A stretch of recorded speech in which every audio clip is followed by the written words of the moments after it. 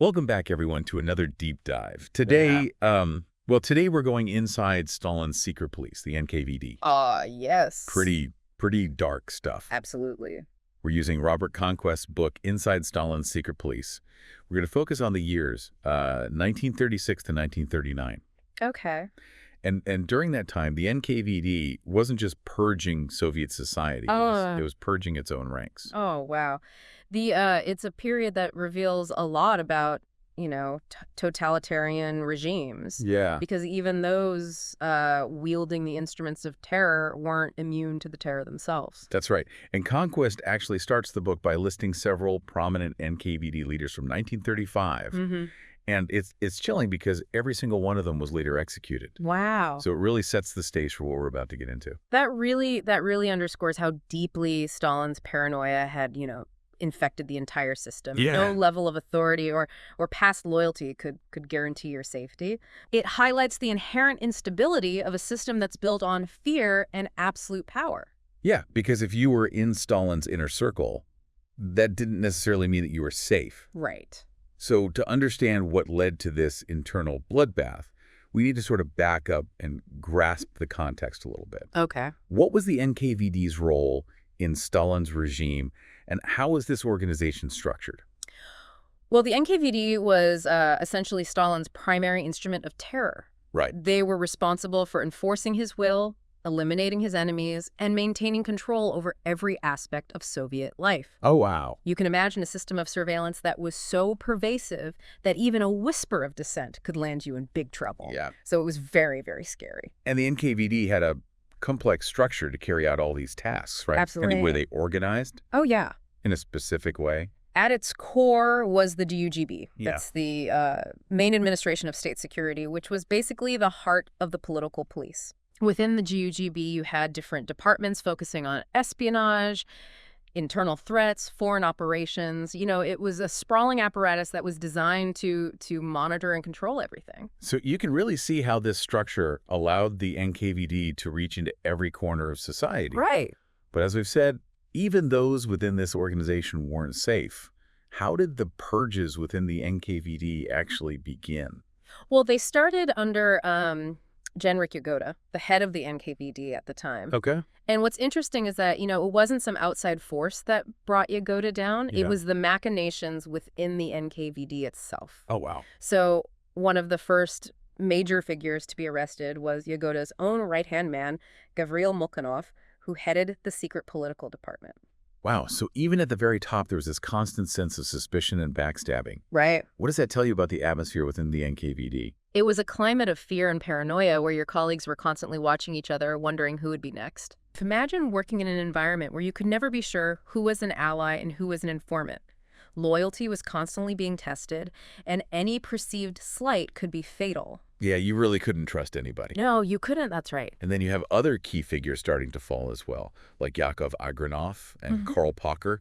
Popper's case is particularly striking because he was incredibly close to Stalin, Yeah. almost like a personal bodyguard. So if someone like Popper could be purged, I mean, who was safe? Exactly. It shows that, that no one, not even those in Stalin's inner circle, was truly immune to suspicion. Wow. This was a system where power was constantly shifting, and anyone perceived as a threat, whether real or imagined, could be eliminated. So you have this climate of fear, Right. and it basically creates a perfect opportunity for someone ruthless and ambitious to rise to the top. Yeah. Enter Nikolai Yezhov. Yeah. How did this guy manage to seize control of the NKVD? Well, Yezhov's rise is a classic example of how ambition and ruthlessness thrive in totalitarian systems. Yeah. He was incredibly skilled at exploiting Stalin's paranoia and positioning himself as the most loyal and effective enforcer. He had a network of loyalists within the party and began placing them in key positions within the NKVD. So he was basically stacking the deck in his favor, bringing in people that he could trust or at least control. Right. What kind of impact did this have on the NKVD as an organization? Well, it led to a significant shift. Many of these new recruits had little or no experience in police work. Really? Yeah, they were often more fanatical and less constrained by any sense of professional ethics than the old guard. Oh, wow. So they were eager to prove their loyalty to Stalin and Yezhov, which meant carrying out the purges with even greater zeal. And this brings us to what's known as the Yezhov China. a period of unprecedented terror. What can you tell us about the scale and the methods used during this time? Well, the Yezhov China was a campaign of terror that swept across the Soviet Union. Millions of people were arrested, tortured, executed, or sent to labor camps. Oh, wow. And the NKVD under Yezhov was transformed into a ruthlessly efficient killing machine. One of the most chilling aspects that Conquest highlights is the systematization of this terror. Right. He described how quotas for executions were literally sent to provincial NKVD chiefs via telegram. Yeah. Like, hey, you need to execute this many people this month. Imagine being one of those chiefs receiving a telegram essentially saying, you need to eliminate X number of people this month. Yeah. It was cold, bureaucratic, and utterly dehumanizing. Right. And to meet these quotas, the NKVD relied heavily on torture to extract confessions. It's just insane. It is. This is where we encounter one of the most notorious figures of the Yezhov-Shchena, Leonid Zakhovsky, Okay. an NKVD leader in Leningrad. He was known for his brutality, even boasting that he could make Karl Marx confess to being an agent of Bismarck. Wow. Which, of course, is ridiculous. Well, Zakhovsky's cruelty really epitomizes the absurdity and the horror of the Yezhov-Shchena. Right. The charges were often completely fabricated, and the confessions were coerced through unimaginable brutality. Yet, even someone like Zakhovsky, the architect of so much suffering, eventually became a victim of the very system he helped create. And this illustrates a crucial point about the NKVD under Yezhov. Yeah, it was a system where even the most loyal and brutal enforcers could become victims themselves. The purges were unpredictable and capricious, driven by paranoia and a constant struggle for power. Right. No one was truly safe. Not even the people at the top. That's right. Yeah, Zakhovsky's downfall is a prime example of the dog-eat-dog world that the NKVD had become. Yeah. But ultimately, even the reign of terror that was, orchestrated by Yezhov couldn't last forever. Right. His power began to wane, and a new figure emerged, Lavrenti Beria. How did Beria manage to outmaneuver someone as ruthless and well-connected as Yezhov? Well, Beria was, he was a master manipulator. He understood Stalin's paranoia better than anyone. Sure. And he knew how to exploit it to his advantage. Wow. He started feeding Stalin information that cast doubt on Yezhov's loyalty and competence, playing on those, deep-seated fears. So it was a game of whispers and backstabbing, playing out in the shadows of the Kremlin. Exactly. And in this high-stakes game, Beria proved to be a brilliant strategist. He even managed to secure the support of key figures like Molotov and Kaganovich, who had their own reasons for wanting to see Yezhov fall. And Stalin, the ultimate puppet master, watched it all unfold, allowing his subordinates to fight amongst themselves. It's almost like he thrived on this chaos. Yeah, it was a way for Stalin to maintain absolute control. He pitted his subordinates against each other, ensuring that no one individual became too powerful to challenge his authority. Right. It was a system designed to breed suspicion and prevent any real threat to his rule. So how did it all end for Yezhov? I mean, here's a guy who orchestrated one of the most brutal periods of repression in history. Yeah. Did he go out in a blaze of glory? Not exactly. His downfall was swift and brutal, just like the fates that he had delivered to so many others. Yeah. Stalin appointed Beria as Yezhov's deputy, which was a clear sign that he had lost Stalin's confidence. Right. Soon after, Yezhov was stripped of his position, arrested, and disappeared into the very gulag system that he had helped create. Oh, wow. It's almost poetic justice, isn't it? You mentioned the gulag system. Right. And it's a good reminder that while Yezhov might be gone, the system of terror that he helped build remained firmly in place. Right. Did anything really change under Beria? That's a complex question. Yeah. On the surface, there were some changes. Okay. The intensity of the purges did subside under Beria, and he tried to present a more controlled image of the NKVD to the outside world. But the underlying brutality of the system remained intact. Beria simply shifted the focus, consolidating his own power and adapting the methods of repression. Okay. He even staged show trials of NKVD officers for, quote-unquote, illegal methods of investigation. Yeah, it sounds like a cynical attempt to appear like a reformer, but he was still eliminating potential rivals at the same time. Precisely. It was a carefully calculated move to distance himself from the excesses of the Yezhov China, right, while maintaining the NKVD's grip on power.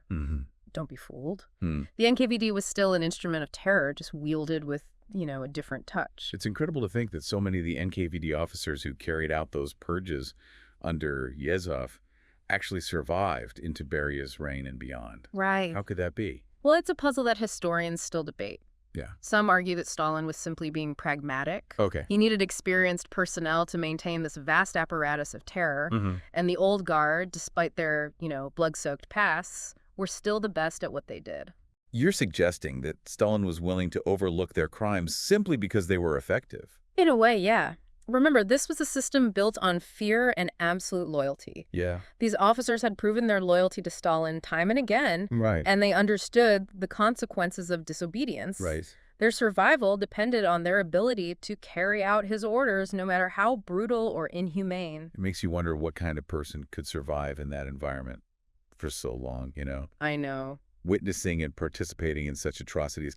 Conquest mentions a few examples, right? Yeah, he does. One of the most striking examples is Vasily Blokhin, the head of the execution squads. Oh, wow. This man personally carried out thousands of executions. Oh, my gosh. And incredibly, he received awards in both 1937 under Yezhov and 1940 under Beria. It just goes to show that the NKVD, regardless of who was in charge, was a terrifyingly consistent machine. Yeah.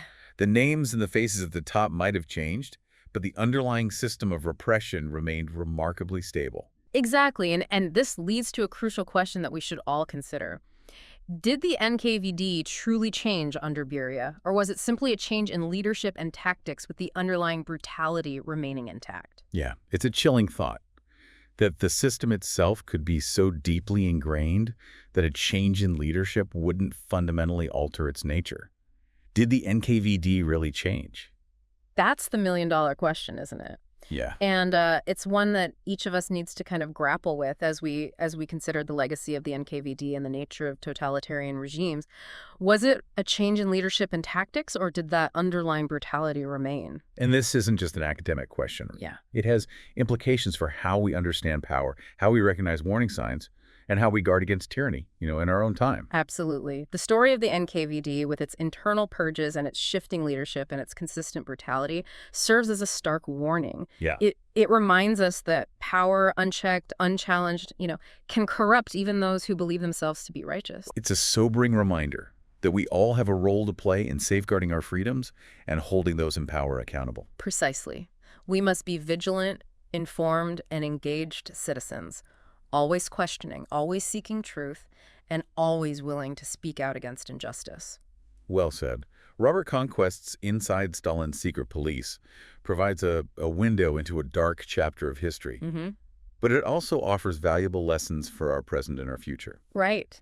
It's a dense read, but we highly recommend it for anyone wanting to delve deeper into this complex and disturbing period. As you continue your exploration of this topic, keep in mind the questions that we've raised today.